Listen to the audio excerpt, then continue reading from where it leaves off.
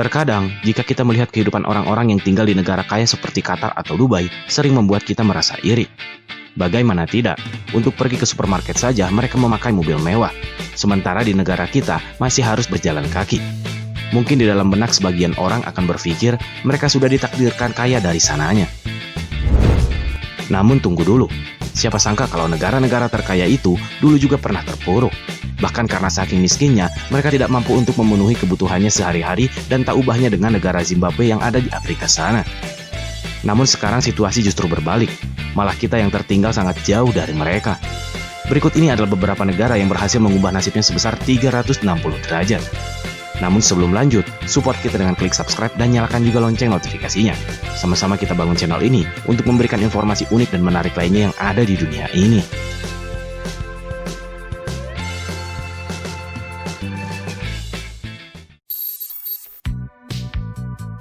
Mungkin kita mengenal negara yang satu ini sudah seperti surga dunia.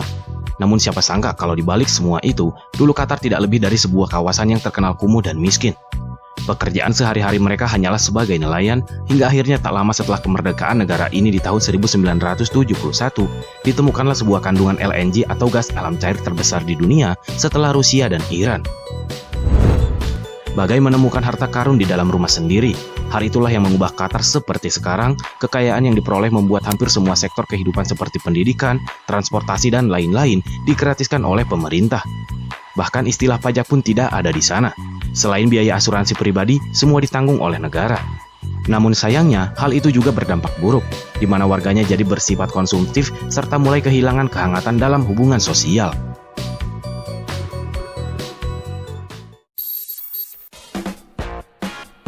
Sama-sama berasal dari negara miskin. Rupanya Korea Selatan benar-benar sudah menyalip jauh Indonesia. Kini negara gingseng sudah menjadi kiblat teknologi serta tren anak muda melalui Korean Wave-nya dalam 2 dekade terakhir. Padahal dulunya negara ini masuk jajaran negara paling melarat di mana sektor industrinya hanya berasal dari pertanian. Belum lagi dampak penjajahan Jepang yang sangat luar biasa. Kurang lebih selama 4 dekade, Korea Selatan melakukan perubahan. Langkah awal yang diambil adalah mempersiapkan generasi muda yang siap mengubah nasib bangsa. Caranya dengan mengalokasikan 20% dana untuk sektor pendidikan.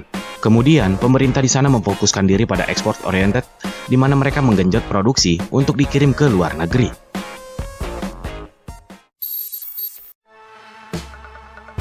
Cina dulu sering dicap dan dianggap sebagai negara yang tidak mungkin akan maju oleh negara barat, karena melihat mata pencaharian penduduknya yang hanya sebagai petani serta jumlah rakyatnya yang luar biasa banyak.